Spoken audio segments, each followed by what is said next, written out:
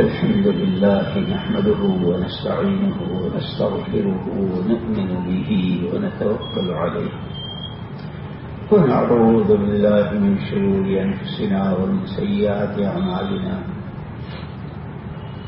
من يهده الله فلا مضل له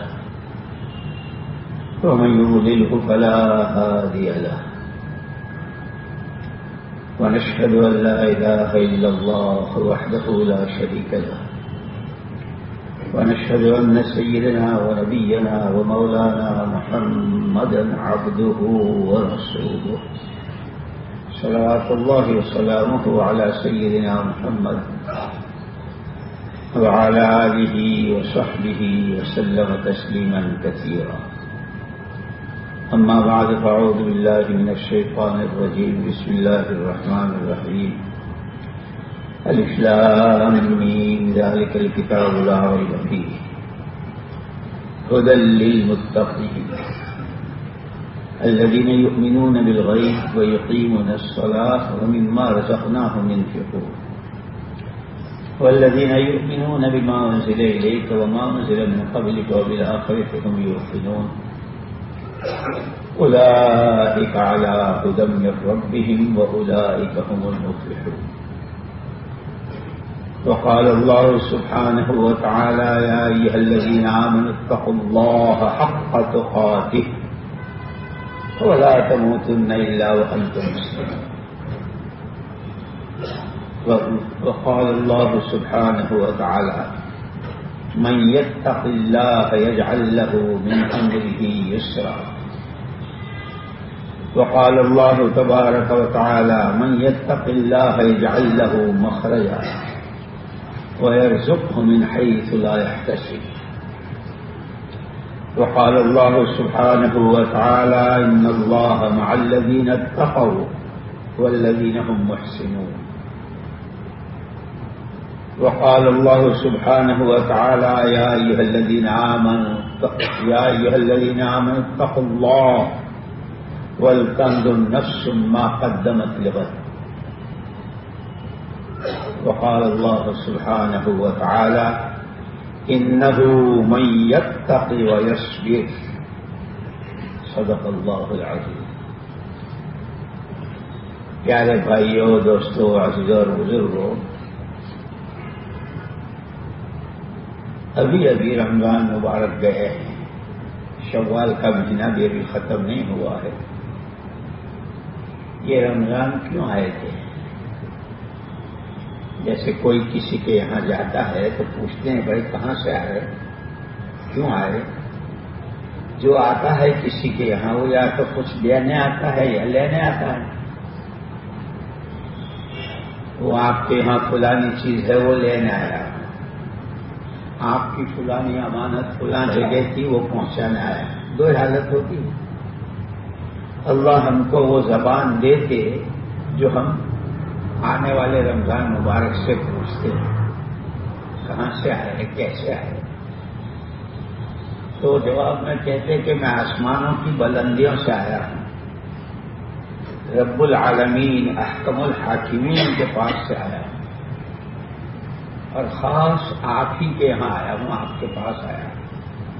کیسے آئے؟ وہ جو ساری عمر کا آپ کا دشمن شیطان، جس کو قرآن نے، اللہ نے، اس کے رسول پاک صلی اللہ علیہ وسلم نے بار بار کہا دیکھو جتنے چاہے اچھل لو، جتنے چاہے کود لو، جو چاہے کر لو، لیکن یاد رکھنا شیطان تمہارا دشمن ہے. اور اسی کے ساتھ محمد رسول اللہ صلی اللہ علیہ وسلم نے فرمایا تھا ان اعداء عدوک ما بین جنبین، تمہارا سب سے بھاری دشمن وہ تو تمہارے پہلوؤں میں ہے، تمہارا نفس ہمارا سوچ جو ہر وقت برے خیالات اور بری چیزوں کا حکم دیا کرتا ہے. ایک کو بند کرانے آیا ہوں اور ایک کو کمزور کرانے آیا ہوں. شیطان بہت کمزور ہے، اس لیے اس کو کمزور کرنے کی ضرورت نہیں. نقید شیطان کان ضعیفا، شیطان کا مکر اور شیطان کی مکری بہت کمزور ہے. ایک دفعہ لا حول ولا قوت الا باللہ العلی العظیم کہہ لو ایک دفعہ اعوذ باللہ من الشیطان الرجیم کہو تو ایسے کوڑے پڑتے ہیں کہ ریا خارج کرتا ہوا بھاگتا ہے، جیسے اذان کے بارے میں آتا ہے۔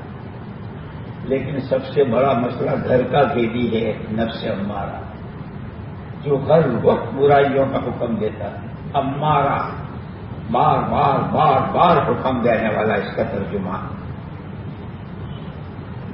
اسی لیے ہم کو دعا سکھائی، اللہم اجعل وساوس قلبی خشیتک و ذکرک واجعل ہمتی و ہوای فیما تحب و ترضی۔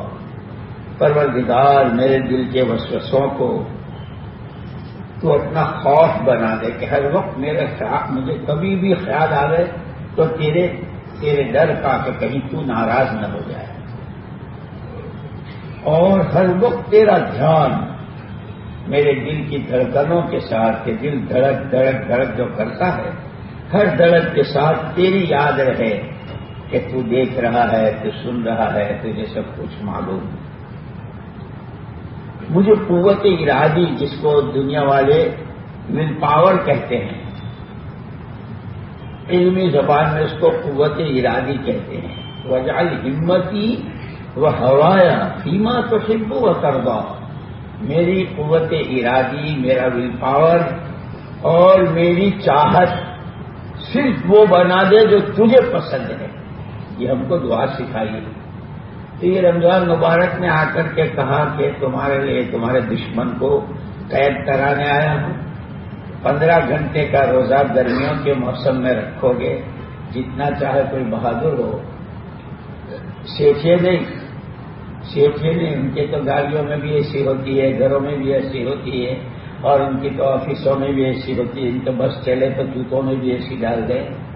ان کے لیے نہیں، یہ جو محنت مزدوری کرتے ہیں، تھکتے ہیں، پچتے ہیں، یعنی جن کو پنکھا تک نصیب نہیں ہوتا، 15 گھنٹے کا روزہ رکھتے ہیں، کمزور ہو جاتے ہیں، بھوک بھی ہے، پیاس بھی ہے، پسینے بھی ہیں، بولا بھی نہیں جاتا، کہ اس سے ان کا نفس دبے، اس لیے کہ یہی سب سے زیادہ اچھلتا ہے، اور یہی جہنم کے وَأَمَّا مَن طَغَىٰ وَآثَرَ الْحَيَاةَ الدُّنْيَا فَإِنَّ الْجَحِيمَ هِيَ الْمَأْوَىٰ۔ جو سرکشی پر اتر آتا ہے، اللہ کو ماننا نہ اللہ کی ماننا، نبی کو ماننا نہ نبی کی ماننا، ہائے دنیا ہائے دنیا ہائے دنیا، حلال حرام جائز ناجائز، کسی چیز کی پرواہ نہیں، کہ اس کا ٹھکانہ قرآن نے بتا دیا جہنم۔ وَأَمَّا مَنْ خَافَ مَقَامَ رَبِّهِ وَنَهَى النَّفْسَ عَنِ الْهَوَىٰ۔ کھائیں گے، کمائیں گے، بیوی ہوگی، بچے ہوں گے، گھریلو زندگی، کاروباری زندگی، ہم انسان ہیں، فرشتے تو ہیں نہیں، ہمارے ساتھ تو یہ سب لگا ہوا ہے، لیکن ان ساری شکلوں میں اگر اس کا خیال لگا رہا کہ جتنے چاہے اچھل لو کود لو، مرنا ہے، مر کے خدا کے سامنے جانا ہے، ہر بات کا جواب دینا ہے، اس خیال سے اپنی منمانی اور اپنی جی کی چاہتوں پر قابو پا لیا۔ جی تو بہت چاہتا ہے، یہ چھوکرے آج کل جو موبائل لے کے بیٹھتے ہیں، جتنا چاہے سمجھاتے رہو، کہتے رہو، نہیں جی یہی چاہتا ہے، یہ دیکھوں وہ دیکھوں، یہ کروں وہ۔ چھوکروں کے لیے یہ ہے، ان کے بڑوں کے لیے یہ کھا لوں، وہ کما لوں، ادھر سے لے لوں، وہ لے لوں، اس پہ قبضہ کر لوں۔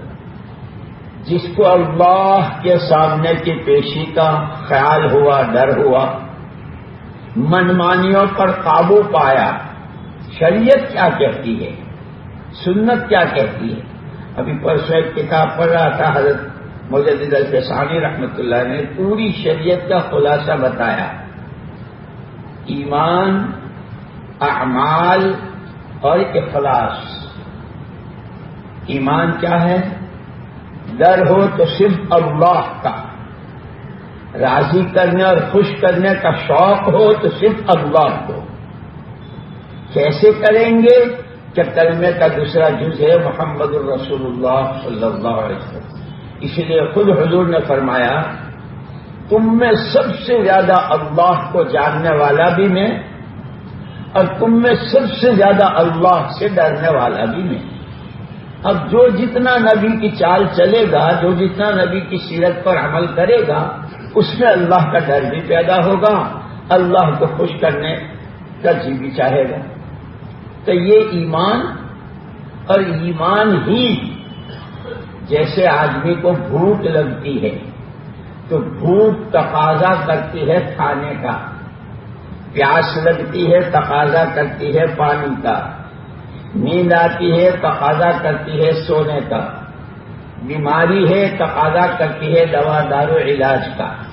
اسی لیے حضور اکرم صلی اللہ علیہ وسلم نے فرمایا ہے داؤ عباد اللہ۔ بعض مجذوب ہوتے ہیں نا، نہیں دوا کی کوئی ضرورت نہیں ہے۔ نبی کا ارشاد سن لو، اللہ کے بندو دوا کیا کرو، اللہ کے نبی فرماتے ہیں۔ اب آپ تو زیادہ بزرگ ہیں، اس لیے دوا کی ضرورت نہیں ہے۔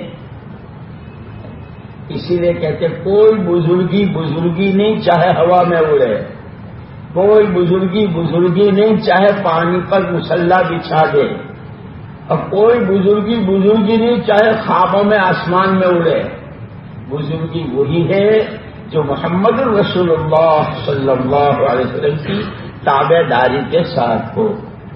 اور حضور پاک صلی اللہ علیہ وسلم کی تابع داری میں سر کے بالوں سے لے کے پیروں کے ناخن تک کنگھی کب کرنا، کیسی کرنا۔ دہری میں آپ کنگھی کب کرتے تھے، سر میں آپ مانگ کب نکالتے تھے، آپ کے تیل کا کپڑا کیسا ہوتا تھا، سرما آپ دونوں آنکھوں میں کس طرح کتنی سلائیاں لگاتے تھے، ساری چیزیں بتائی۔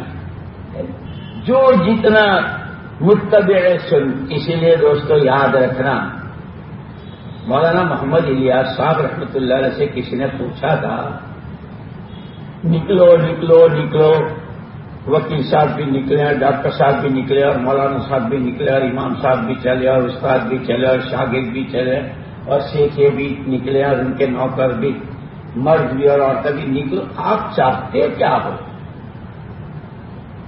لوگوں کے بیوی بچے دھندے کاروبار، نکلو نکلو۔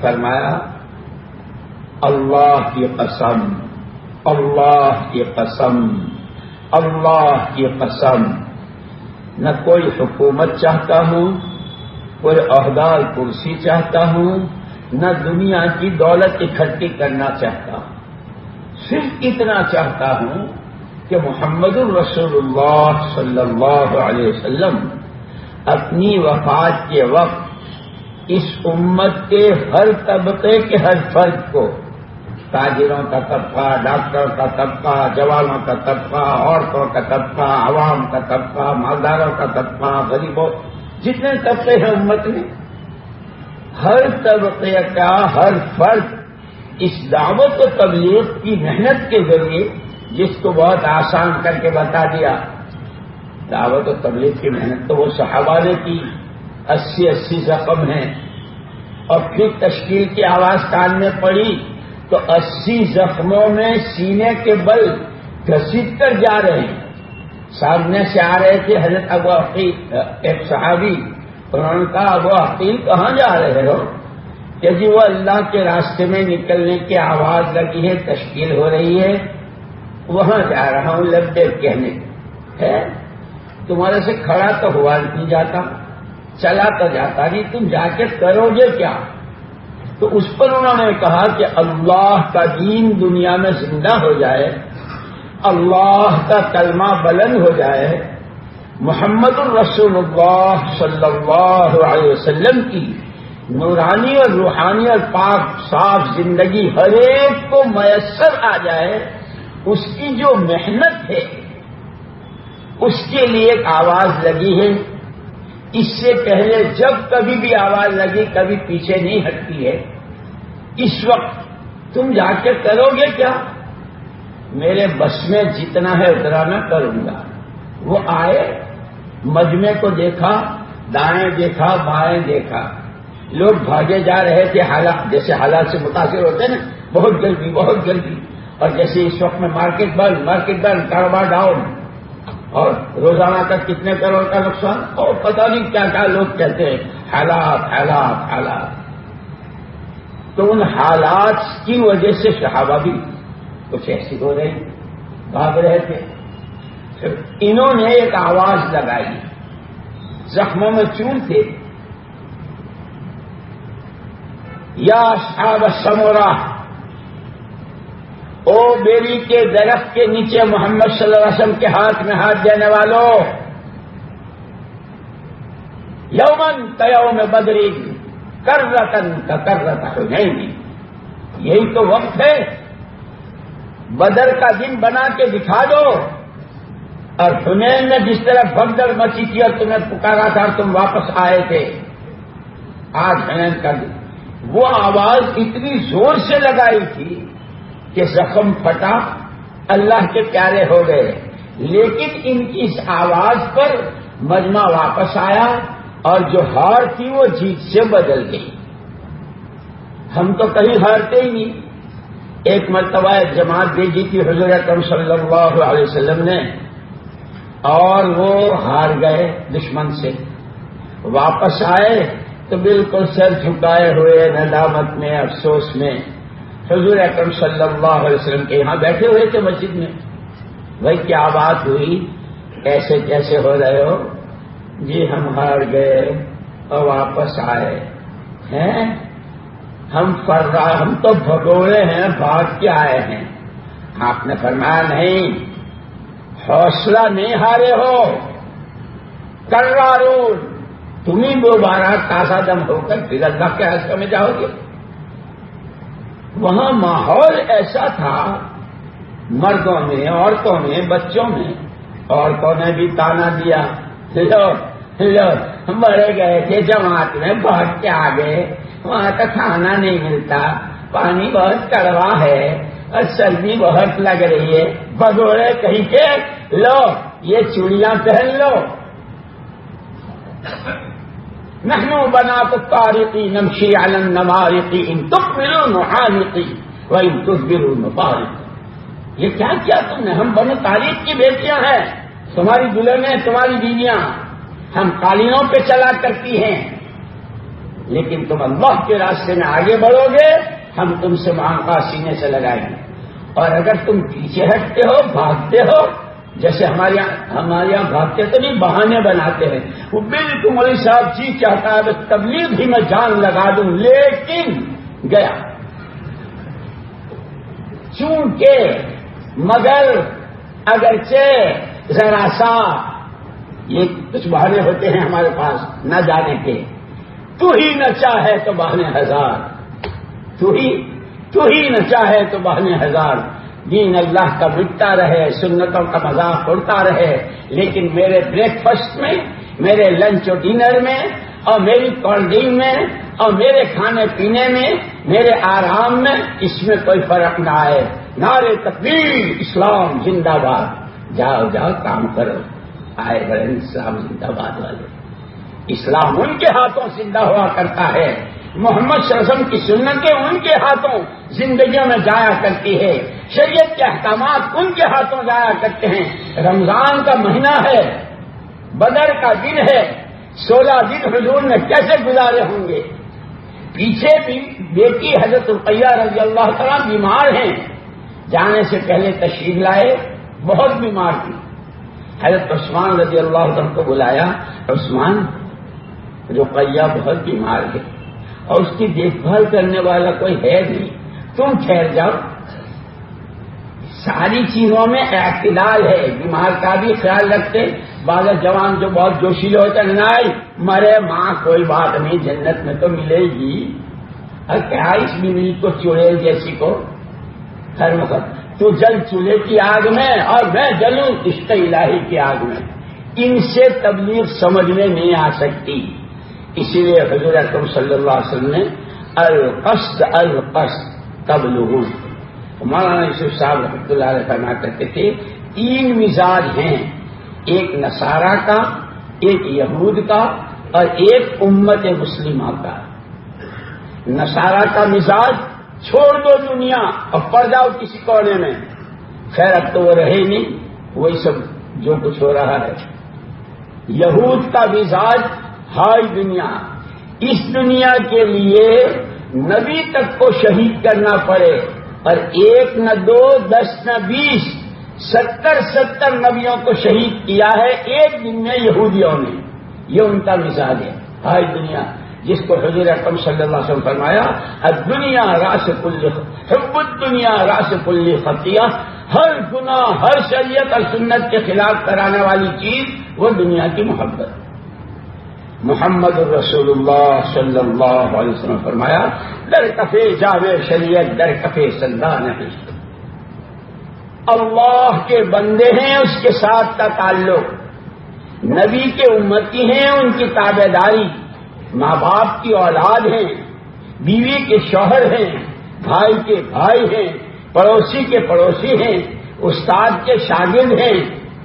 ہر ایک کے درجے بتلائے، ہر ایک کے حق بتلائے، اس کو بھی کرنا ہے اس کو بھی کرنا ہے. اس لیے آپ نے ایک موقع پر فرمایا خیرکم خیرکم لأہلہ وانا خیر لأہلی. تم میں بھلا آدمی وہ جو اپنے گھر والوں کے لیے بھلا ہو. ہم تو جب گھر کی چوکھٹ پر قدم رکھتے ہیں نا تو گھر میں بہن ہو، بیٹی ہو، بیوی ہو، کیا رستم زمان آئے ہیں، اللہ خیر کرے گا، کس کا نمبر آئے گا، ماں کا، بیوی کا، بہن کا، بیٹی کا. اس لیے کہ ہم دین جانتے ہی نہیں، سیکھتے ہی نہیں کس کا کیا حق ہے. اور کبھی وہ ایسی ہوتی ہے ایک شخص ملے تھے ہم کو مکہ مکرمہ میں، بہت بڑے کاروبار، 20 نوکر تھے ان کے یہاں. حضرت جی رحمۃ اللہ علیہ کے پاس آئے تھے، وہ کہتے تھے حضرت جی یہ دیکھے ہیں آپ کیا کاروبار ہے اور کیا ملازم ہے، گاڑی صاف کرنے والا الگ، چپل رکھنے والا الگ. لیکن شام کو جب گھر جاتا ہوں تو دروازے پر قدم رکھ کر بہت دیر تک کہتا ہوں یا رب سلم یا رب سلم، پروردگار خیریت سے گزروا دیجیے، ابھی واسطہ پڑھنے والا ہے. یا وہ ہوتے ہیں یا وہ ہوتے ہیں، اس لیے کہ جانتے ہی نہیں. ورنہ حضرت عائشہ رضی اللہ تعالیٰ عنہ کی وہ پہلی حدیث یاد کرو. ہمیشہ کا معمول کہ جب حضور تشریف لے جاتے آپ حشاش بشاش، گھر والے خوش. ایک دن آپ نے کچھ نہیں فرمایا، یا اللہ کیا ہوا، کوئی بات ہوئی ہے؟ بغیر بولے بغیر مسکرائے آپ سیدھے چلے گئے، ممبر پر آ گئے. لوگوں بھلی بات کہا کرو، بری بات سے روکا کرو، جو تمہارا اصل کام ہے تأمرون بالمعروف وتنہون عن المنکر. اگر یہ کام نہ کیا تو دعائیں مانگو گے. ابھی رمضان میں بہت مانگی نا، بہت کیا ہے، لیکن کام تو کرتے نہیں. وہ دعا قبول ہوتی ہے نبیوں کی طرح جب ان کے والا کام کیا جائے. سمجھے؟ مانگو گے تمہاری دعا قبول نہیں ہوگی. حضرت عائشہ رضی اللہ عنہ کہتی ہے کہ جب حضور منبر پر گئے تو میں دیوار سے لگ کر دیکھتی رہی، خدا خیر کیا بات کہ آج کے خلاف عادت اس دعوت کی اور تبلیغ کی محنت کی اہمیت بتانی تھی کہ ہاں بیوی بھی ہے، بیوی کی کون زمین و آسمان میں ایسی دیکھی ہے نہ دیکھے گی. کوئی عائشہ ہو سکتی ہے؟ کسی کی ماں عائشہ بن سکتی ہے قیامت تک جو محمد الرسول اللہ صلی اللہ علیہ وسلم کی زوجہ مطہرہ؟ اور ایک نہیں 11. میں تو پرسوں رات کو پڑھ رہا تھا پوری ازواج مطہرات، حضرت سودا، حضرت صفیہ، حضرت خدیجہ، کون اللہ اکبر. گھر کی بیوی کیسی ہو، کیونکہ محل نہیں ہوتا تو پھر وہ اسی میں سب لگ جاتے. ورنہ حضرت خدیجہ رضی اللہ تعالی عنہا نے جو حضور کا ساتھ دیا ہے، اللہ اکبر، کیا حالات، کیسی سختی. اس لیے میں نے عرض کیا میرے دوستوں، رمضان مبارک آئے تھے، وہ کہہ گئے تھے اور ہماری کارگزاری بھی سنائی.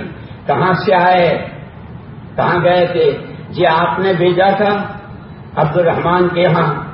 کیا ہوا کہ افطاری میں تو صرف 7 ہی قسم کی ویرائٹیاں تھیں، اور پھر اس کے بعد بہت مشکل سے جلدی سے تراویح جہاں 17 منٹ میں 17 رکعت ہو ایسی جگہ پڑھتے تھے، اور اس کے بعد پھر آئس کریم اور وہ فالودہ اور اس کے لے جاتے تھے. اچھا کارگزاری سنائی رمضان میں.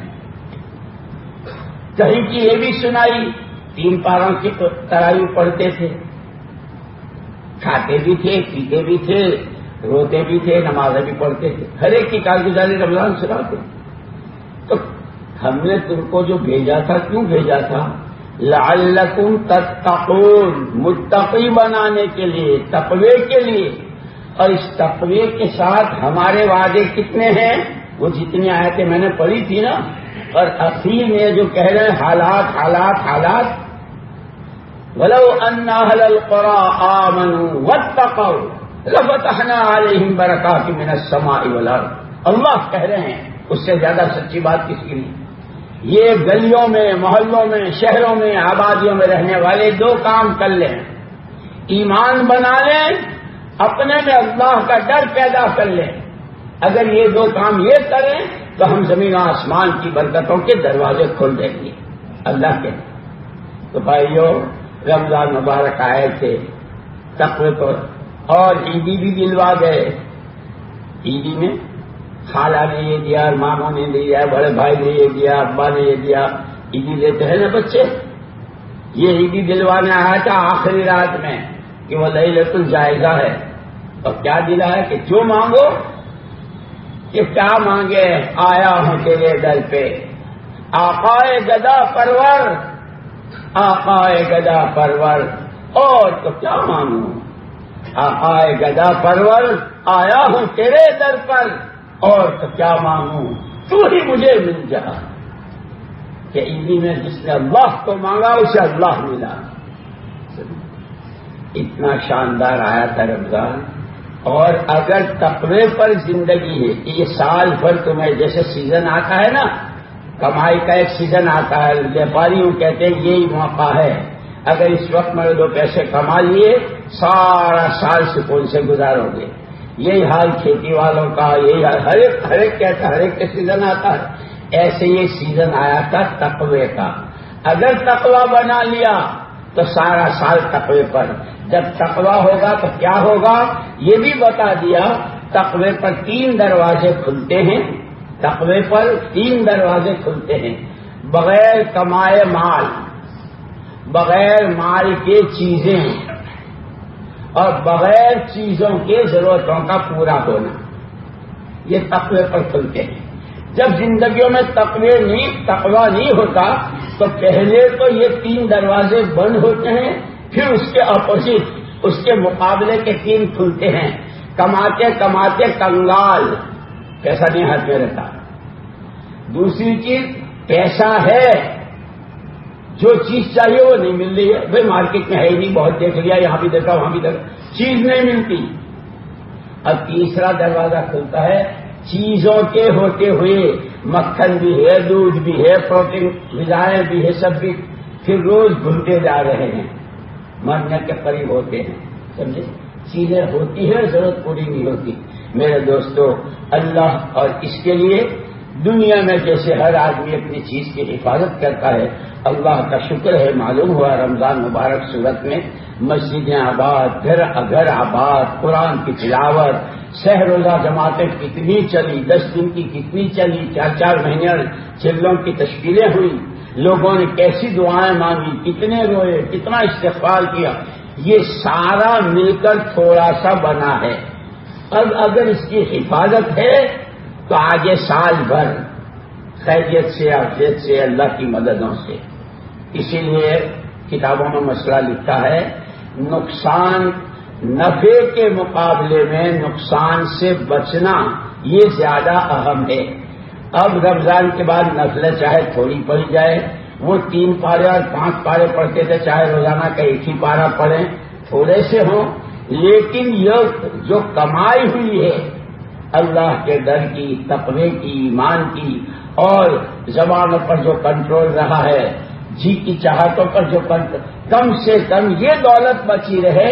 انشاءاللہ شہر ہمارا، ہمارے شہر کا محلہ، ہمارے محلے کی مسجدیں آنے والوں کے لیے نمونہ بنے گی کہ بھئی روزہ تو سب نے رکھا، ان کا روزہ کیے تو تقوی کے ساتھ ہی چل رہے ہیں. بازار میں بھی جاتے ہیں، مارکیٹ میں بھی جاتے ہیں، دکان پر بھی بیٹھتے ہیں، گھر میں بھی آتے ہیں، راستہ سڑک بھی چلتے ہیں، لیکن ان کے کہ بھئی جو تقوی بنا تھا وہ ہاتھ سے نہ چلا جائے. اللہ مجھے بھی توفیق نصیب فرمائے، اللہ تمہیں بھی توفیق نصیب فرمائے۔ سونے کے زیور کی حفاظت کے لیے زیور بکسوں کا ہوتا ہے، پیسوں کے لیے تجوری ہوتی ہے، کپڑوں کے لیے صندوق ہوتے ہیں، سامانوں کے لیے الماریاں ہوتی ہے۔ اس تقوی کی حفاظت کے لیے سر سے لے کر پیر تک کے اعضاء اور اس کو محفوظ کرنے کے لیے ہفتے کی 2 گشتیں، مہینے کے 3 دن، صبح و شام کی تسبیحات، گھر مسجد کی تعلیم اور فارغ وقت بجائے ادھر ادھر کے آوارہ گردی کے مسجد میں آ کر کچھ بھی نہ کرو تو اللہ کے گھر میں محفوظ ہو۔ بازار میں چوتھا کلمہ بھی پڑھ رہے ہوں تو بھی نظر ادھر ادھر بھٹکتی، اللہ میری تمہاری حفاظت فرماوے، ہمارے تمہارے لیے ہمیں اللہ تمہیں تقوی کی اونچی سے اونچی سطح بھی نصیب فرماوے، جتنا جس میں اللہ کا خوف پیدا ہوا ہے اس کی حفاظت ہو، اور اس کی حفاظت کے لیے سامان دیا ہے، اللہ ہمیں اس کو کرنے کی توفیق نصیب فرمائے۔